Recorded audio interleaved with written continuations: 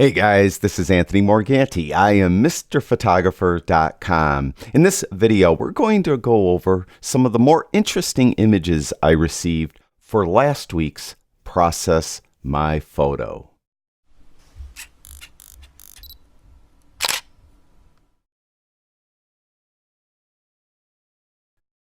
This is the image I asked you to process. This is my son's band, Kill the Clock, and it really is nothing more than just a snapshot. They were standing in front of some old, dilapidated, deserted building, and I really just snapped their picture. So there's really nothing special about this image, but I wanted to see what you guys could come up with. And I have to say that it was the most difficult week so far for me to choose images for the video.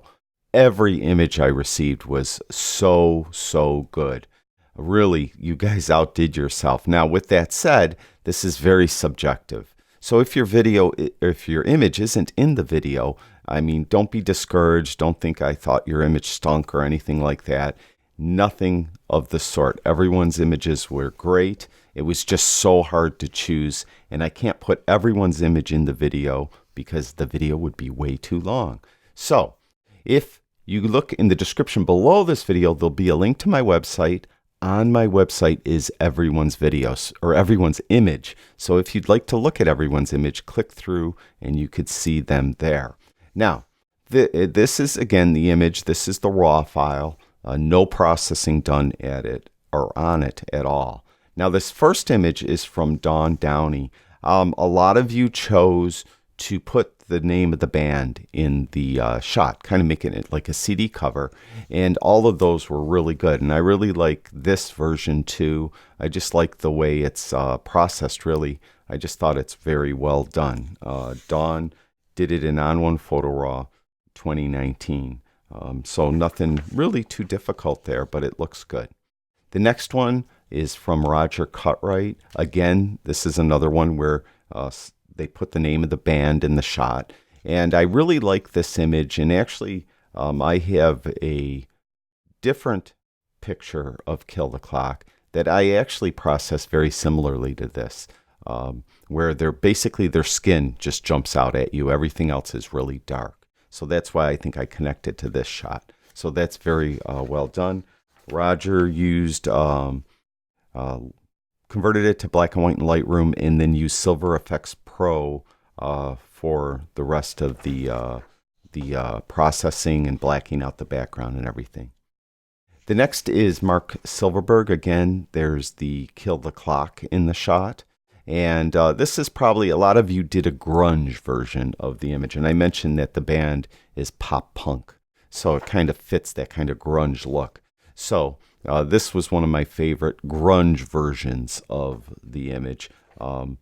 Mark used On1 Photo Raw 2019 and Photoshop CS6 to add the text, and did some spot healing and stuff in Photoshop.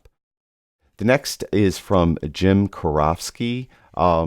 Many of you changed the background, and this is one of my favorites where someone just changed the background totally, and we now just have a brick wall behind them. So I thought that was very well done, very nicely done, and he used Photoshop to do that, and then he sent it to On1 to add texture to the wall and give it kind of a little bit of a grunge look.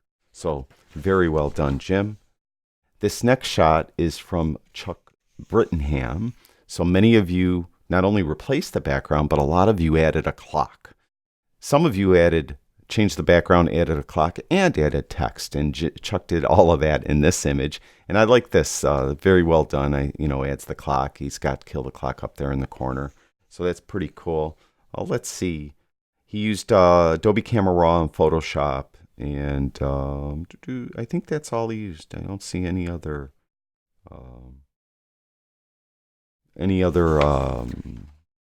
application used except Photoshop. So very well done. The next is from Trent Garverick. I have to admit I laughed a little bit when I seen it, not because it was bad or anything. The look on this lady's face just made me laugh.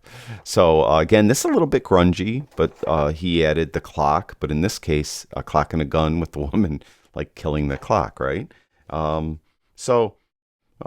Pretty cool. He did it in Silver Efex Pro, and I think Photoshop. Yeah, he did Photoshop, of course, to add the clock and stuff, to add this woman in the clock in Photoshop, and then he used Silver Effects Pro. Next image is from Jim Walsh. Jim actually sent me a color version and a black and white version of this image. I mentioned that if you send me more than one image, I'll pick my favorite. And this one I liked the best. I liked it over the color version. And this is an actual double exposure he did in camera, where he took a picture of the clock on his kitchen wall, and then he took a picture of the band on his computer screen. So he took, with his camera, of course, to make this double exposure. He used Lightroom 6 and a program called ArcSoft Photo Studio to apply the text down here, Kill the Clock. So I thought that was pretty cool. This next shot is from Andre Berchand. Let's see, he used On1 Photo Raw 2019. He used like the bleach bypass filter, which is one of my favorite filters in On1 Photo Raw 2019. And again, for the type of music they play. I mean, if they were a classical band, classical guitarist or something, you probably wouldn't do processing like this. But I thought this is pretty nicely done. The next one is from Larry Brady. Larry started out in Lightroom. It's just kind of one of my favorite black and white images that I received, and I received a lot. Started on Lightroom, did his basic tone and color adjustments in Lightroom. Well, tone mainly because it's black and white. Let's see, and brought it over to On1. Did use that for resizing it, and I think that's everything. Very well done, Larry. Next one, I received a lot of sepia-toned images, and this is one of my favorite sepia-toned images. He started out in Lightroom, did all the tone and color adjustments in Lightroom. Then he sent it to Silver Effects Pro and used the Antique Plate 2 preset, then brought it back into Lightroom and adjusted the contrast. So I thought that was pretty cool. This next one's from Deb McIntyre. I just kind of connected to this image. I thought it was the way she used the light and the blur to make their faces pop out. I thought was very well done, and everything else is really subdued. So I thought that was a very cool way to do this. She used Luminar Flex, and that's it, I think. Luminar Flex. Can't see anything else, so very well done. The next one is from Anuj Jain. I'm sorry if I'm pronouncing your word or your name wrong. I like this one because he just basically totally redid the background so it's not as distracting. So we're really just focusing on the band members. And I thought that was pretty cool. So he started out in Lightroom and did all the tone and color adjustments in Lightroom, then brought it into Photoshop to really redo the background so it's not as distracting. So I thought that was pretty interesting. This next shot is from Anthony Goodley, and this is the last one. I like this. It's just really straight processing done in Lightroom, but used a vignette to, again, try to get you to focus on the band, to kind of remove some of those distracting elements of that background. So, again, I received so many, every single image I received was great. So it was very difficult to choose. And I received a lot of images that were similar. So like, several sepia toned images and stuff like that. So if your image, again, wasn't in the video, don't feel bad. Your image was great. Trust me. And all the images will be on my website. There'll be a link in the description below this video so you could look at those images. And finally, this is my version of the image. Now I have to try to remember what I did to it because I actually did the processing in this shortly after I took this picture. Again, obviously I cropped in tight. I think I just used Lightroom and Photoshop, and I used Lightroom to convert it to black and white. And I wanted to be like a high contrast between their skin tone and the background and their shirts. They're all wearing dark shirts. So I made their skin real bright. And then when in Photoshop, I like to use blur a lot. So you could see how I blurred out much of the image along the bottom. It's just trying to get you to more look up at their faces, and I blurred the sides as well. So I do a lot of blur in portraiture. It's just, I guess, my style is what you would say. So this is my version of the image, Lightroom and Photoshop, and it wasn't very difficult to do. Nothing really crazy different, nothing unique. A lot of people do this.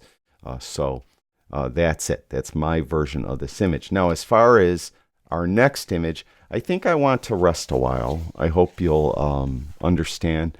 It was kind of a trying week. A lot of people, I'm not going to say much except I'm going to say a couple people kind of gave me grief about this whole series and everything else. And I just need a break. So maybe instead of doing this weekly, maybe we'll do this once a month or something like that. But I'll let you know when we do it. And of course, I'll introduce a new image in the future. I'd like to thank everyone that's participated in the episodes we've done so far and shown such great enthusiasm. I really do appreciate it. And I really do appreciate everyone who watches my videos. Thank you so much. I'll talk to you guys soon.